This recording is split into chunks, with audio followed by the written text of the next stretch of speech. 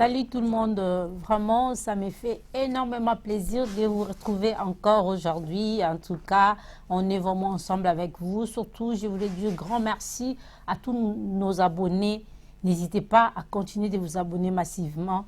Bienvenue dans votre émission Bonsomi Bamboka, qui est toujours présentée par moi, votre humble servante Liliana Sansa. Et je suis toujours entourée comme d'habitude Nefsa Abino, avec équipe choc. Si vous avez déjà équipe, on a comboté.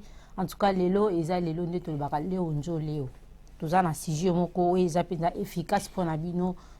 Merci surtout dans le monde entier, dans tous les quatre coins du monde. En tout cas, merci pour la fidélité, pour confiance. En tout cas, on est vraiment honoré. On a hésité à présenter nos invités imbattable. Ouais. Merci Bandeko Swazolanda biso na émission ya Bonsomi ya Mboka. Donc ce que tu as lobela Mboka, ce que vous avez besoin de Mboka et puis atabo boy ko lobela Mboka, atabo ila no lobela Mboka te Mboka ko lobela bino. Voici l'émission ya ngoyo oyo biso to lobela kama Mboka. Vous abonnez massivement. Merci beaucoup. Toye pa ya papa na biso le bishop Chatumba. Tozana kata Bonsomi ya Mboka, le loto ye ko lobela Mboka. Merci. Vous avez un Galate 4-16. Moi, coucou et pas à bande de merci. Émission Bonsomi Mboka. Tout le Mboka. Pour tout ça, Congolais. Il faut tout le Mboka. Zambe Azala Nabino. En tout cas, merci beaucoup. Bomoni équipe pour équipe choc.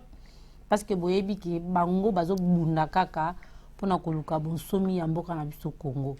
Alors, Nabandi et pas Bishop. Lelo Ezali le 25 février 2018. Ils ont en marche Moko Ezali qui organisé aujourd'hui Nambo Kanabiso. Na évité marche wana Ezali qui organisé à l'occasion de quoi? C'est pourquoi marche wana Ezali Lelo. Non, marche Ezali organisé par l'Église catholique. Parce que laïque, parce que l'Église catholique, Bazali initiateur de la marche. Et puis et il faut impliquer toute la population congolaise et toutes les confessions religieuses et puis tous les partis politiques. L'objectif principal c'est réclamer l'application et accord tout entier. Ils allaient appliquer et puis une transition sans Kabila et puis l'organisation des élections crédibles dans notre pays et surtout la décrispation politique. Ça veut dire et puis libération des prisonniers politiques, libération, il y a des médias de l'opposition, libération, il y a le retour des autres exilés politiques qui sont à l'étranger pour décrisper la situation politique de notre pays. C'est ça l'objectif principal. Il y a marche à l'élo, tous les peuples congolais debout pour réclamer le départ de Kabila. Kabila doit nous faire une déclaration solennelle qui ne va plus se représenter. Et puis, l'accord, la mise en application de l'accord, il y a le 31 décembre, il y a Saint-Sylvestre, où il y a Kabila une année, que dans une année là, Kabila a organisé les élections crédibles. Kabila a sérénion soit à s'entêter, à lui que tous abassi naïe, à Sakanakanabiso, Yangonde a Djeteti, c'est d'abord le pays pour les peuples congolais. Les Amboka Yamutu Mokote, où il y a côté de Akangango en otage, une clique de mafieux, Bakangambo en otage, Bazo Biso Basina Bango, comme si Bazo Kabiso Nasima, Toliki, et qu'on récate Bongo, Tokubundi Sabino Lelo, Timar Chango Lelo, il y a déjà des morts à Lemba. Il y a déjà des morts à Tchango, il y a déjà des morts partout. Et Kabila est en train de tuer le peuple congolais. Il y a des autres peuple congolais. Makina des choses au Tanga. Et qu'au Tanga, il n'y a pas de au Felete. Kabila Tokolando dans Souka. Merci beaucoup. Imbattable. Marche est organisée les lauréats. Non, marche est organisée les lauréats. Nous allons compatir d'abord dans ma famille. Nous allons faire les bandes. Parce que l'autre, nous allons les 25. Nous allons les 25. Marche organisée par Mumpe neto benga bango basango basango wana ba organiser marche wana na kombo ya ba congolais nyoso tant ba bazo organiser marche wana ba musulman ba Mumpe nde basali marche mais ba musulman ono ya ba congolais nyoso na kato ono ya ba congolais tozana musulman tozana ba tagiaki ba protestant tozana ba église de révision kimbangi to bango nde basengi marche wana pona ba et puis na ina beta seto na likamoko ba ndeko na ba artiste ba musicien il faut boyoka passe na likambo parce que bandeko bayaka na ba concert na bino baza ba peuple baza pauvre mais bofutira bango ticket na ba concert na bafutira ba ticket pour ba fan na bino mais voici le moment oyo bako koma pe na position baza na mbongo pour bino posa la bien pourquoi bozo ko agir te ba musicien congolais na lito ke na violence te mais to ke na ba idée pourquoi bozo ko réagir te pourquoi boko ko loba te il faut pas s'impliquer batika la kaka te le ko ba spectateur non aza politique te le mot en politique est à la rater parce que politique ceux qui ont boy ko s'occuper na politique et ko s'occuper na yo nenge tozana ba passe na mboka bolingo lo bateke muto so se nango c'est la politique pareil na ba pasteur to lo baki na ba pasteur nyo surtout batu bako kende église bana 9h 12h 13h botika batu bakende marche o ezali pacifique batu pona mboka na bango souci na biso ezali élections à l'organiser élection de l'organiser mais sans président de la République donc batumusu ba côté sika wana basala musala to avancer mboka na biso mais tozo mettre garde mingi bande ko nanga IDPS ou ba kolanda ma message oyo parce que to komo ke to na ko mona ngo un peu flou muke parce que tango batusu basangani pona ko ya kotala makamona organisation de l'élection sur les cas na mona de IDPS ya quitté j'ai mis si me trompe pas non c'est la vérité ba ya quitté siko ba ya quitté selon ba source kasi on a selon ba source sir on dirait na habité au nom de quel intérêt oyo mamususu Félix il faut tala liboso bien de konango za jeune au gros ça la président mboka loza na batunyo surtout mais quand la premier ministre mboka wana na moment auto comme dans suka boy moi je te dirais que eza nango une perte une gâchis totale to bunda biso so ensemble c'est le moment via bundi trop tia comme na niveau que na suka a comme na place wana te yo olingo za chance wana mais attention c'est un terrain glissant to sengi ba opposant nyonso de Vital Kamerhe tout le monde bon s'allier na kati ya ba mumpe wana na kati ya catholique élection so yokozala basa la pesi puis ba monique ba mu ba candidat ya vrai ba telemi pe ba ko tia face à makambo wana ba misu baza na prison bakangi bango injustement ba baza na ba coupable ba coupable bazo tambola na bango ba coupable baza na ba coupable o baza na prison baza na ba innocent ba coupable na ba jeep bazo tambola na balabala bazo ko pe paka ba do boka mbongo pourquoi bokanga mutu même on a poto tout monde bakokanga un opposant na niveau comme maladie ba pesa ka mutu soin après ozongisi na prison mais comment lingito benda mutu basala tia kufati na suka mais c'est le moment peuple congolais fa telema yango biso tolobi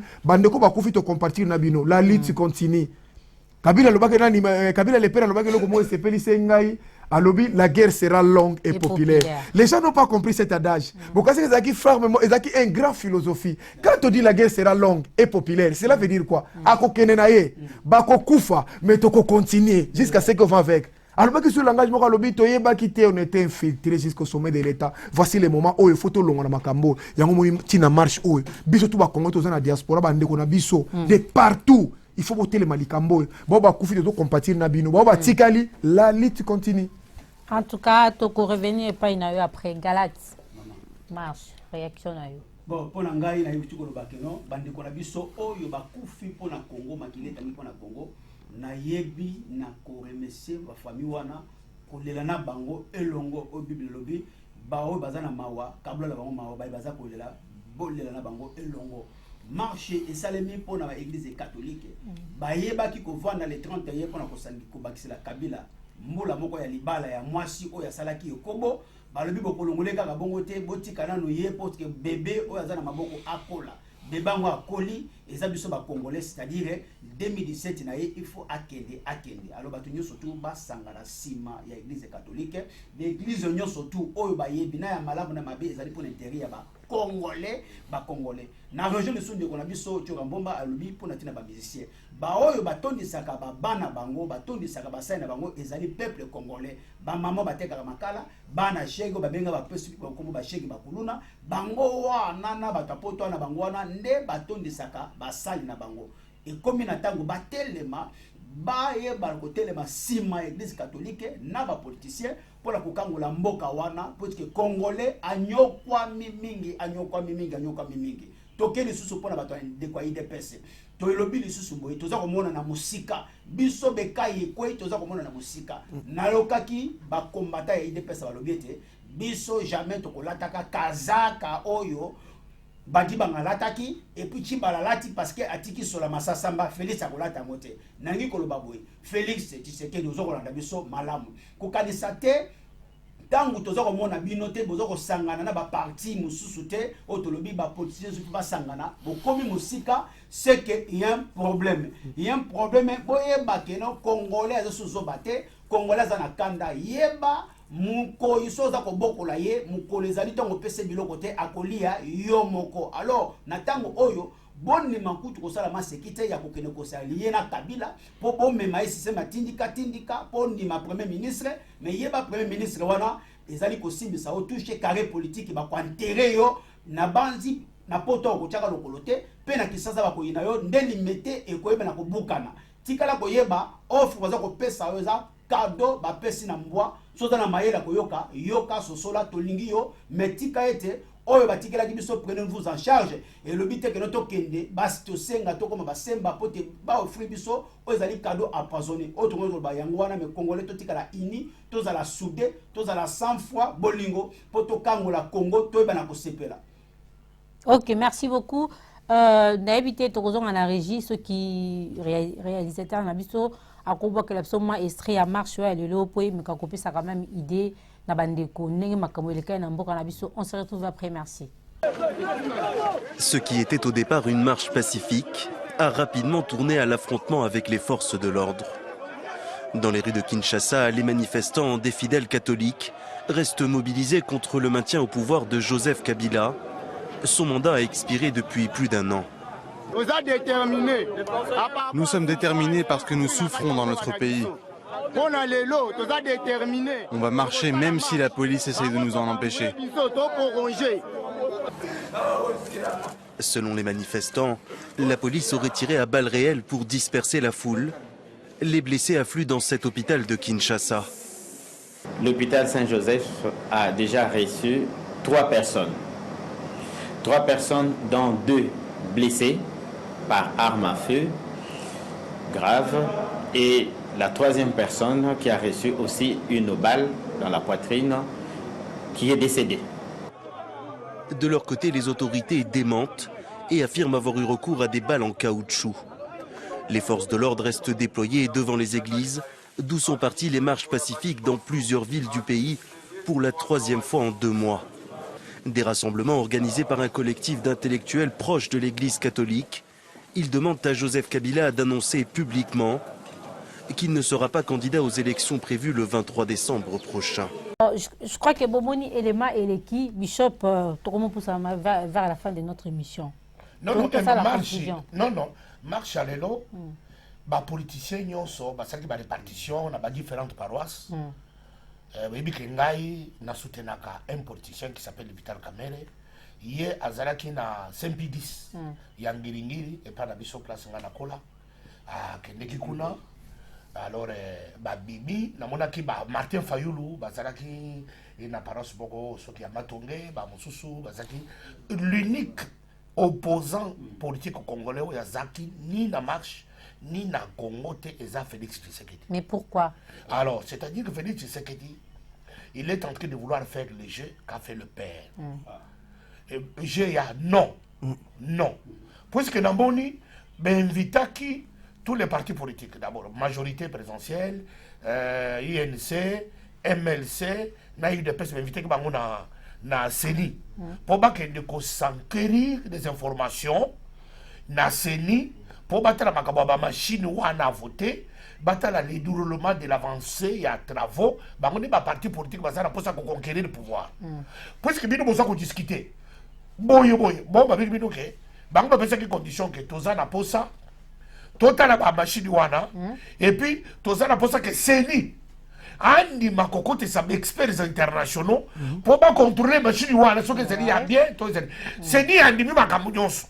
Andi mi bino moko d'abord boya kotala d'abatu na bino expert na bino si babino ton nimi expert international ezaki condition oyo opposition epesaki pour accepter les élections dans le 23 septembre et 23 décembre 2016 oyo na calendrier aussi bimaki. Est-ce que la condition vous a réuni? Condition parce que bino bozo kolobake to ça la position que d'élection c'est dit ça ma décider le bon bino boya kati kotala bakabuso to sali ba bengi bino bozo kendete banani ba bengi ba bazo kendete ba parti politique yo seki MLCK INCK avec Vital Kamerhe ba to majorité ba ke mais il ne peut se boyi et vite on que na minute raison ni ba pesi ba boyi mais parce que la minute on a besoin de raison tout on a besoin de avancer c'est quoi raison ni na état il y a paix il y a non mais voilà non kaka yango na faut que ça va ndeko na baluba pardon sans explication et puis baké musika na yoki ndeko oyo ya majorité puisque babere rouge à majorité bakendiki déjà lobby bakende ko sala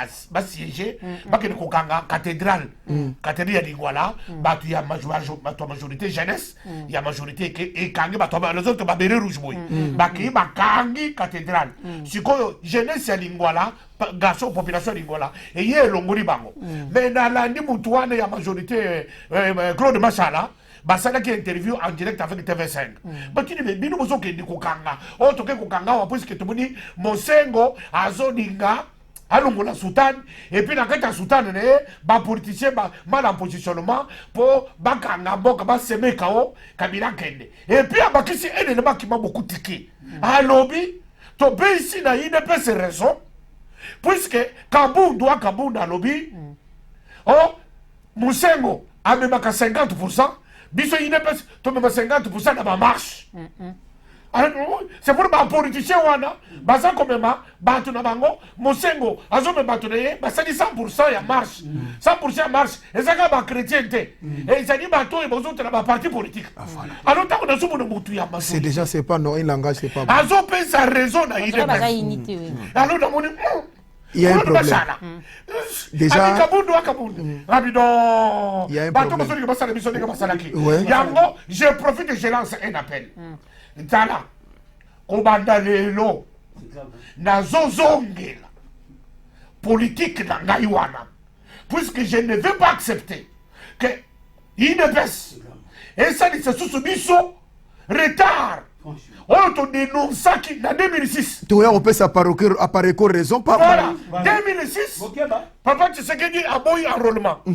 Alors, bah c'est enrôlement. Alors, qui ne peut pas qu'il enrôlement. La vie là qui m'a tombé enrôlement. Enrôlement ici, aïe qu'on baké, bon que dire enrôlement. Mais d'arriver tout de suite aussi, c'est trop ça la soirée enrôlement pour les présidents. Et comme je comme on a voté. Le gars bango c'est qui a enrôlement, c'est qui a ratifié. Voyez bah il ne peut pas que voter. Exact. Et puis oui on comprend. On dirait testament bâti la gueule. Mais c'est tout ça quand on a la période où testament, on a fait tout dester à peuple comme voilà. Sikoyo et ko sala ke Jean-Pierre Mbemba Mimi a quelque chose que vient soutenir les gars. Attends, vient soutenir rien. Vient à ça, la bataille qui a roulé. A soutenir ce que Jean-Pierre Mbemba a dit. Il y a une confusion. Kabila qui. Tu es comme en 2011. 2011, bah depuis que tout sangana. Vient depuis que nous avons sangana te na mutu. Bien nous sommes soutenir kaka ngai kaka. Le kola fula. Ce qui est comme président de Rokeni Selebino. Politique va gagner cela comme tout. Ngai na ça qu'on soutenir Vital Kamerhe. Na yebi déjà en avance par nanga. Coco, politique exacte que religion. Donc on va dans l'église, pasteur, passer à Babinguni, passer à Batafumu, amen. Amen. Pas dans les dit que dans un monde le peuple congolais, mais dans une idéologie politique, il y a l'idée politique. Pas seulement poste. Poste dans le peuple congolais à ça. Mais tant qu'on a que nous soutenir vision wana est à Moutou. C'est-à-dire que dans Moutou on a zozoa. Mais pourquoi c'est ça la politique. Politique va soutenir la l'église. Il y a amen, amen. Politique, c'est déjà en avance ce que vous êtes en train de faire. Tant que papa, tu sais que vous soutenez quand vous faites.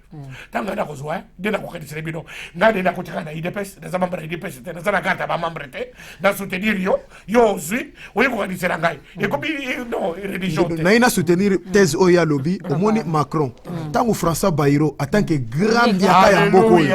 Soutenir Macron na suka nanga koma ginani akobaki ministre nani papa Bruno Le Maire tanga ko soutenir Emmanuel Macron comme ministre namba notangi lo bato donc pour dire oh ya zoloba tango bato zo comprendre politique té eza na ba conception eza na ba compréhension yango moni ba kolani so mona ba combattant ba volusi ils ont fait une erreur ya ko sakana tête lo to marquer ba pas il comprend pas la politique c'est ça ce qu'il dit politique ba soutenir muto vandika oh alléluia amen donc si on soutenir Moutou, à savoir que voilà. Et puis il faut sur papier, il y a mon côté.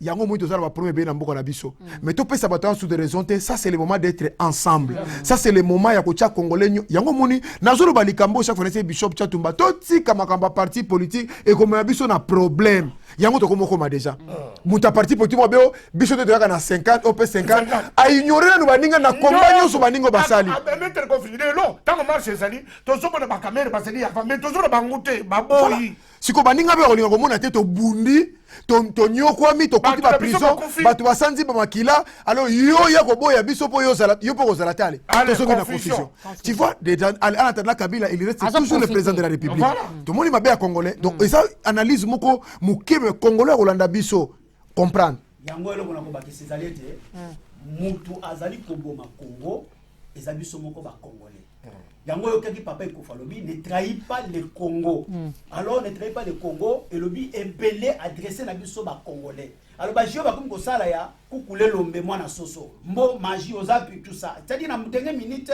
ba lingi ko sala nini ba diviser le soso ba tout diviser premier régime c'est-à-dire retango bango ba moni samaki na marche les kaki o ba bumaki batu o catholique organiser ki o ba betaki ba masasi na église Félix Azalaki mais pourquoi na tout oyo et comme na moment oyo parce que Kabila va le solution élection ça les sans Kabila à mon anité mais à quoi il joue alors voilà faut tout na peuple congolais aza sous peuple congolais à lobby au bango ba kanisa te lobby ordinateur ba makamba ba WhatsApp ba kamba beleza kité aujourd'hui congolais a très maté puis baza na problème série na nzela na bango parce que ba congolais à lelo ba mon ba vitesse ba congolais ils a blague te politique ils allaient buka lokuta pour vivre voilà alors ils allaient église était alors pour te dire que nous sommes qu'à zomona naté même DG Dali maïninga na kapamba te soit disons ko premier ministre soit ka ko di ma poste wana eloko na ko congolais na ndanga très bien soit ka ko di ma poste wana eloko ba boye kulutu kondo Tshisekedi a omeli mingi na frigo mais balobi na frigo mais balobi asa kunda ye mais bango balobi que non azaka na frigo mais aza na frigo te majorité papita baloba que non basi ba kunda ye mais bango moko bazo ko boya est-ce que c'est vrai alors il y a mon point d'interrogation soit ka ko di ma poste wana tout simplement pour na kolongola soni ya ba ya anima comme premier ministre pour korwana eya pour ba honorer yango avec honneur na Congo même tout comment ba longola alors ça a bon intérêt na so ka ko ni ma poste wana aboyi ko ya papa na eya na tango ya Sami Badibanga aboyi ko ya papa na eya na tango ya nanyo Chibala alors mukili pesa koloba mukili zali koloba papa na bazo boyo kundeka pona poste wana soki lelo oyo ya lobaka na kolata costume ya Badibanga te ya Chibala te ngai kare politique ko sila tenga na zo opposant bongo siko lelo okonima olata costume ya bato wana o costume se tika na soma masasamba olata mo pourquoi il y a un but c'est-à-dire mais peut-être c'est ezaka ba soupçon est-ce que c'est vrai mais ya on a le est à la soupçon mais ce qui est allé vrai c'est-à-dire le peuple congolais et comme na tango oyo ba kosimino mingi miso botal sango na Nzambe ce qui anime poste oyo okolongi sanga emweze belé corps ya papa Tshisekedi kozonga na Kisasa pour il faut passer la ngo monument place wana na limité oyo ezalaka idéologie na bango mais ce qui akonima poste te Nzamba zala na mais ayeba bien ce qui poste oyo ya ndimi yango na base te ce qui poto Félix akoya na base politicien moko ya na poto te mais pas oyo komona que no Congolais konima akufwa pona mabele na ba je oyo zo la sakelo Kabila otika na bazo luka Kabila tika na kata pouvoir Kabila tika na pouvoir pour Congolais nyoka ba omonte que non mutu azo luka passe ya Congo zaka ba politicien congolais mais bandakala boboye baraté bandakala biso toyebi bandakala ennemi ya Congo muta fundi bango Congo za yemo congolais non mais bino siko fobo loba yango parce que moni makambo to zoloba oyo tango to zoloba déjà idéologie o ndenge zali basala analyse moni mindela be yango de cryptage botelobi politique nezo ke to moni de carte eza boye carte zo mona ngo de na miso Congolais lokola zaka naïf alalaka tango komona ka sala mi boum muna bibi na nzela komo finga komo okay tango yende atamba te habité bobengi frère bawaza papa je to leki yango ya 30 ans ezo simba te to meki oyo si ba français to meki gauche to meki droite simba te to meki la biso en marche parce que to moni que ba politique oyo ezo simba te parce que soki to ko ina piège wana et que yo boy et que bon to zongi na kao yo ko premier ministre yeba que Kabila ozaka président wa to leki déjà 2018 2022 to ko 2020 alors si ko biso to zo perdre pona mutu moko non to ko ina niveau wana te comme batiwe ce qui est eloko wana esalemi ce qui est eloko wana esalemi na lobi bien ce qui eloko wana esalemi babosa na Congolais ya Nzamba kosala bandaku na bango na bapoto bandaku na bango na ba famille na bango na Kisasa to koyeba kotinda ka ba biloko na ba carton minduki pona ko détruire bandako na bango na bakisasa tia na poto c'est-à-dire que lo ce qui est jeu bango ba sala ce qui est ya solo et puis yé a comme premier ministre tu ngolo ba que no biso ba congolais to kangami awa to kozonga kisasa ti parce que ba ko bomba biso to sacrifier ba vie na biso et ngolo ba que no bango ba ko célébrer to ko tika bango ba ya na poto to ko tika bango ba tambola ba famille tambola et la kisi kulune ko yesu makasi bandako na bango na kisasa ba ko ndoza ba grenade. Donc c'est-à-dire si on comprend bien aux OP ça message na Félix Tshisekedi ah oui, to andi ma poste wana te to pesi message ndi miango ekoyinda to pesi message na ye parce que na landa ye bien en 2016 oh ya besoin ko intimider est-ce que en ça ni to ko intimider était il y a le bien opposant il y a le bien opposant ko landa lokolo ya papa na ye na discours ne to landa biso to zali ba sentinelle ya média totalaka to sentinelle minimum ba congolais alobi bien biso na ko trahi binote na ko landa lokolo ya papa lokolo ya papa ezalaki toujours accompagner politique pendant 30 ans Mobutu tout ce qu'on soit pouvoir était alors ba combattant limité ezana bon mwana botamaki abotami ti ya comme si 32 ans supi libala ba sente kaka na limité wana pouvoir te suite enta siko yo yeli biso que non na ba marche to moni yo na dernière minute ozo ya te eloko ba nini eloko ba congolais la bendani eloko ba congolais la muka congolais mona na musika congolais combattant partout combattant ta monde atié botala na musika jeune ba ngwa sala bato eloko ba nini est-ce que ba lingi mboka wana c'est que lingi mboka wana te ba lingi mboka wana te yango ki ekofa lobi polele ne trahit pas le Congo même un mètre carré mabele bana biso ko bengo ba ni mabele ya Congo c'est qui premier ministre nani congolais, ministre de l'Intérieur congolais, ministre du budget congolais, ministre des affaires congolais, bakangi miso na makamunyoso. Wata ba intérêt na bango. Intérêt ma personnel. Intérêt ma bungu. Benemi ya congolais ngwana. Ngolo bakelo ezana moment oyo tokokota na histoire congolais comme kamikaze. Congolais comme kamikaze. Oyebo yo kasi ba ko yamba yo na yo tokei. Etikali sango o bazana kisaba yo soute. OK, merci Galate. Merci beaucoup toujours pour sanavement la souka Bishop. Tout le monde a marché bat bakoufi. Nga mutuna nange ezali. Pourquoi à chaque fois parce que nga na yebi que marche ezali que bat bazo réclamer le comme faut bat na basala on a liberté. Pourquoi à chaque fois marche ezalaka bat bakufaka. Ba cause wana ezaka pourquoi et ça maka bon. Mais bakufaka parce que Mobutu a le pouvoir. C'est un dictateur, c'est un tyran, il ne veut pas laisser le pouvoir. Il ne veut pas de manifestation. Tout ce qui sait que manifestation pacifique. Et ça piège mon pour naïe. Parce que ceux qui ont attaqué Bazana Minduki, légitime défense. Mais Bato Bazo est la marche. Sans défense. Sans défense. Sans défense. Bangonde Mokili Mobimba, communauté internationale d'Italie Laka. Puisque la minute on est là, toutes les caméras du monde, et ça là qui connaît. Bamonde le nombre de morts. Le nombre de morts, wana, et ça qu'on est actif, il y a Kabila. Comme conséquence, il y a Kabila aux amis. Kabila, conséquence, ils ont des fastes. Puisque depuis Makamon et Bandi, Kabila est en train de se rétracter. Azan, on a monté un bunker. Azoko bunga. Chaque minute. Mais maintenant, on a organisé, oh, marche à cause de ça fait 3 marches. Maintenant, 3 marches sur le fonctionnement de Kabila. C'est comme Azan distrait. À quel combattement. Négazo Batama, encore remonté. Et puis, na marche wana balobaki boye l'église catholique. Omoni Ali Bongo, président ya Gabon, awuti Kinshasa. Awuti Kinshasa pour nini? Pourquoi? Akeko parce que Ali Bongo azali président ya ba franc-maçon ya Afrique. Batindi na message akei bisaka Kabila ke puissance ya Kabila pour gouverner le Congo, parce que pour président doit avoir une puissance. Puissance wana ekiti. C'était déjà sur la puissance Oyo a couvrir toute la République démocratique du Congo pour agir en côté. C'est-à-dire, s'il ne fait pas attention, il va très mal finir. On se comprend. Église catholique, Église, et si il y a la puissance d'ailleurs, aux avis, il y a aux autres communes, Moutakala. C'est-à-dire qu'à chaque instant, yango somo na Kabila kei ake de Bakongo kimpes asal accident azoki na bako na bazai matadi asal accident akati chawa ake Zambi asal accident ba accident mortel parce que akomi mutakala akomi lokola lion akomi lokola mutunyos asa lokola ngai parce que ngai naza d'onction ya bishop naza couvert mais yesi ko asa mutakala lokola asa mutakala église catholique adobaki na boye Kabila koya na minduki mais biso tokoya na Nzambe. Parce que notre combat politique concernant la libération du Congo est comme mystique.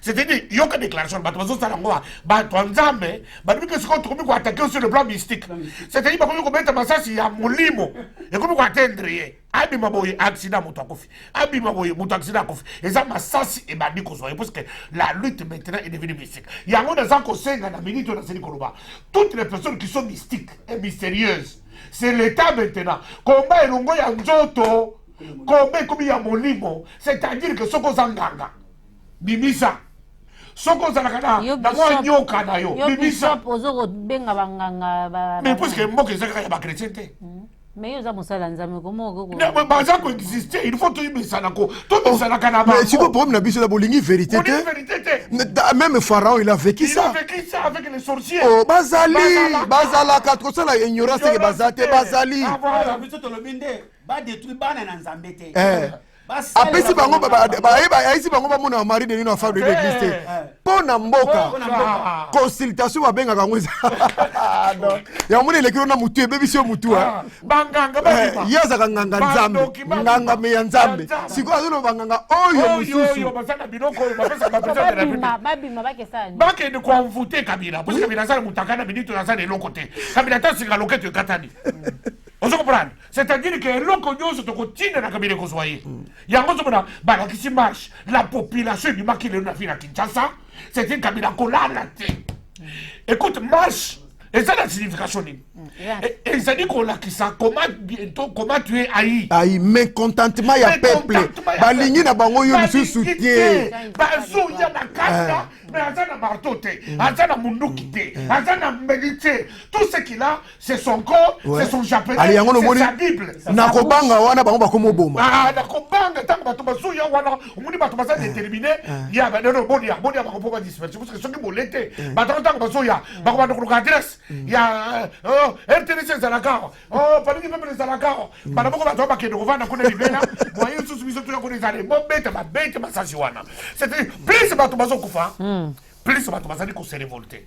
c'est-à-dire que fit suka ya Joseph Kabila je te donne un conseil comme ton pasteur oyebi koyoka kabate na mingi nazope ce conseil oza mondimi nanga landanga bien tala tika na yo yango oye ntango na kosala prière délivrance te nasaka délivrance eza mate ya lokuta ya babibi ya bapasteur oyo baescro pasteur délivrance te aza na vie mosusu après vie yaki président donc aza na mwasi na bana aza na mbongo ebele ake novanda nalobi ya papa wade nani papa wade aza président lisusu te ye wana avandi te zuma avandi te mugabe avandi te nani Eduardo dos Santos avandi te bamikolo na ekute na age bavandi kalme te bongo yo mwana moke kata mandefu wana pembe zonga jeune salam atika kolanda lokuta ya Sassou Nguesso azokosa ye parce que Sassou Nguesso mpona ye fo Kabila azala mpo ye azala parce que soki Kabila kei mbonge wana ekokweta na Congo Brazzaville ekoningisa ye pa kokende mais ango na région de Bichop na lobi c'est vrai komi mutakala aza kokende na ye Kabila azokende mais sikoyo eloko ya mutuya oyo nzambe alingi biso bakongolais to changer ndambo utachangera biso yango tolobi Kabila azokende si est certain Kabila azokende jour na mokolo toyebi te mais nzambe alobi tolobaki no Kabila aza kokende mais oyo pa koya chicho bifona lobango oyo azoya eza pe preuve mpona biso bakongolais alors pour to échapper preuve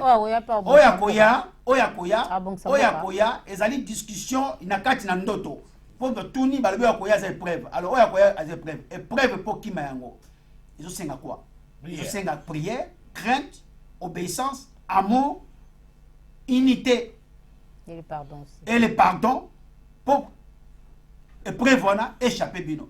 Alors ceux qui biso ba congolais likunya likundu tozana ngokaka moyeto qui me preuve ezalité c'est-à-dire épreuve na ekokanga biso lisusu ndesima épreuve oya koya kozala oya kosepeso ba congolais est-ce que toko oya koya après épreuve ya Kabila oya koya remplacer Kabila wana yali selon vision selon message en Zambé alors ngolo baboye taba biso épreuve songolo pakaliza lokola épreuve ya Abraham na Lot mwana kasi ki mubange ya kiti na 99 ans tango ayiko se séparer na Lot nde Isaac abotami po Nzamba ko sakate ayiko sosola après tango ayiko yoka Sarah ayoki Sarah Isaac ya kiti mais tango aboko yoka Sarah akena mo Morija Isaac aye alingo babo po biso ba congolais to échapper preuve ya après Kabila et nous ba so na comprendre vision to sepeli si mama woye lisusu C'est-à-dire, tosepeli départ ya commander ba Congolais na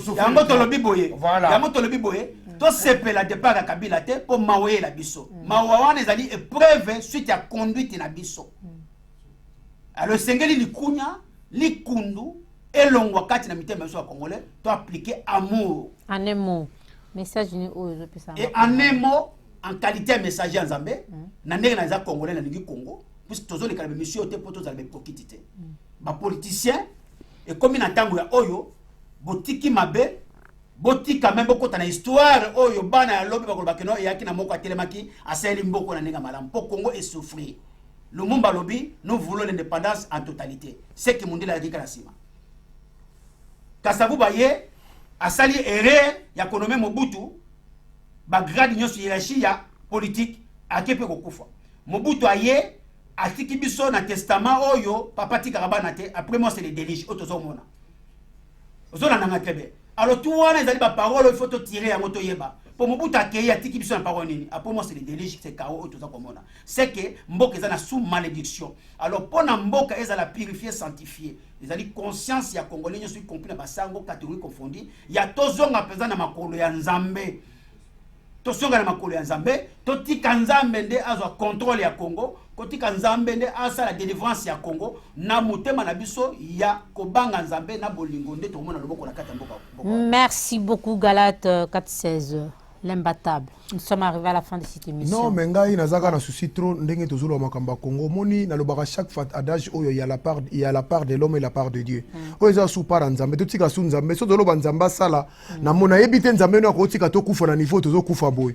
Nzambe ni zela na kati to la vitesse Nzamba sala te ça c'est nini Nzambe a l'état lobi bien que non peuple tango za ko continuer toujours na kati ya mabe moyo zo délivrance ezate peuple Nzamba lingi Congo alobi bien te pour épreuve na yo échapper yango mutatranta zali awo pour qui mécha épreuve oyo Nzamba zo tiela yo akolo babiloko oyo okuko kima ne preuve ya Nzambe po okota na kati ya délivrance ya kana basala ikamata na désert Galate biso to mona ki to moni les gens nyonso o to ko mona na mboka biso Congo kokufa makamu nyonso tu o ba peuple ba mona ka humiliation dénigrement mépris to kumi na to zu forme nyonso tu peuple o yazalaka dénigrer na monde ati to komi nango alors eza par siko ya peuple bana Israël tant balingaki so saluté bazaki na besoin ko Nzambe te basilika ika Nzamba David. C'est ça le problème. Congolais tanga sa telemi boy, eza problème ya sa bango que c'est le moment ya ko laisser ba ego na biso mupanzi, ya ko laisser ba querelle na biso mupanzi, c'est le moment il y a tout le monde à prendre conscience à comprendre que c'est le moment oyo na domaine nyonso tout nazali. Et ça ka domaine politique té, domaine sportif tozali, domaine gozala journalisme ndé bozali, évangéliste domaine nyonso surtout boyer ensemble, boko faire partir makambo. Parce que surtout tikeli ka domaine moko politique ba ko kate bana to tikeli bango, ozo mona makambo de surtout toujours le ka ko tout ya makambo wana. Tout siko, il faut tout le monde à kota. Y compris les hommes de Dieu, surtout bango parce que bango va détenir bato lokola na prison hein pour bango so bika ka kokendete mon église catholique puissance nango tanga lo bika to bima ba maman ba kala ba chapeler ba tchenga 40 ba bimi hein c'est la force bango ba maman ba bomba ba chapeler musuku ya bandat ya ba sere ba kanja et bibit ba yelo ngo ba ko tamona on a marche c'est le même cette force là tous on a besoin église de réveil peut et populariser ngo parce que tango mboko ko la délivrer et ko la délivrer kaka pour l'église catholique té d'ailleurs ba na banate église catholique ba basango ba botakate bazana ona banate ba maser ba kuna banate mais bango bandi ba sala makampo na biso alors biso ba tozana ba charge yango to balika ba misi bango bazana bato balandaka bango mais faut sala makampo na bande ko wana merci mingi na bato so balandi biso na yebike ceux qui te le vérité mingi toucha ka bato et ça la bato passe mais bon accepter parce que nous des congolais zaka prena ni ya vérité té Congolais nous prêter quoi c'est que non au moni boyza boyete pona nini alobi nanga boy pourquoi ya koloba na boy abangi nani te oyo pourquoi alobi na nani yo boy Congolais faut accepter vérité ne mundela lobaka vérité te biso elamba faut sepela parce que bela batu bakenda ndenge na ba vérité te lo vile ba to yebi ndenge zala te merci na banyo so balandi biso na émission oyo la maman de Beboso mi pe ya mboka maman de 5 Carmelia Chrisivimboma n'oublions jamais notre pays on est déjà là tout ce comme nation na suka bon que côté la tête de gauche ça doit être aux arbres tout ce comme déjà vous comprendre tout ce comme donc c'est bon déjà merci beaucoup imbattable en tout cas to ke mbang na Galate to pisa que de amaloba na moi pousser moi bambote pa ya bandeko bazo reconnaître na moment bandeko na biso ba congolais bipai bozali partout dans le monde entier toleki awa te mpona kosakana toleki awa parce que tolingi mboka wana mpe tolingi bino bipai bozali toblongwa manu na bapalmarès oyo ya bake ya mabe tokoma bato ya sika ya bato oyo bayokoli makambo ya sika tobana kosepelisa nzambe tobana kosepelisa mpe moninga oyo azali en face na yo elingi loba tobana kondima bavérité en face mpo tozala délivrer aussi longtemps vérité toza koboya yango moi tozala délivrer eza te alors oyo etali Congo partout bipai ozali yeba keno mboka wana ezali mboka na yo même osumbi bana kama na poto partout pa ozali yeba yali mboka na yo Congo mabele batraisaka yango te mabele batekaka yango te mabele babatelaka yango bakengelaka yango mpona oyo bakoya lobi basepela tolinga Congo tozala bomoko bapoliticien bosangana botika histoire na kati ya Congo congolais asepela oyo twane kozaki yango koloba yango wana oyo eza émission na bino ya bosomi ya mboka bo continue kozala abonné s'abonner, la émission Oyo, pour ezali yabino sango malamu pour na Congo. Merci beaucoup Galate 416. Bishop.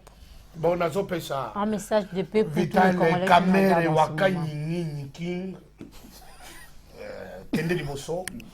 Lelo peuple congolais azali komona. Ndenge ozali na front.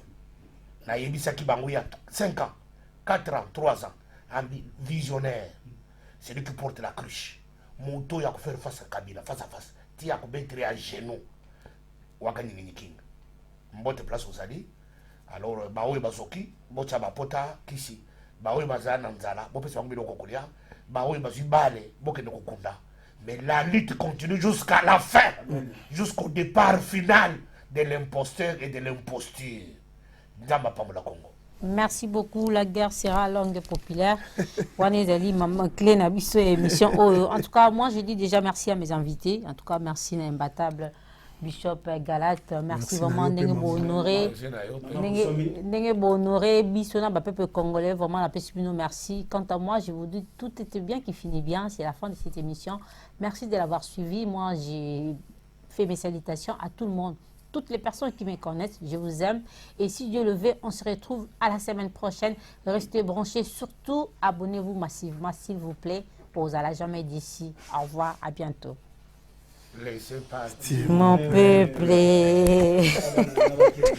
Merci, hein. Merci beaucoup.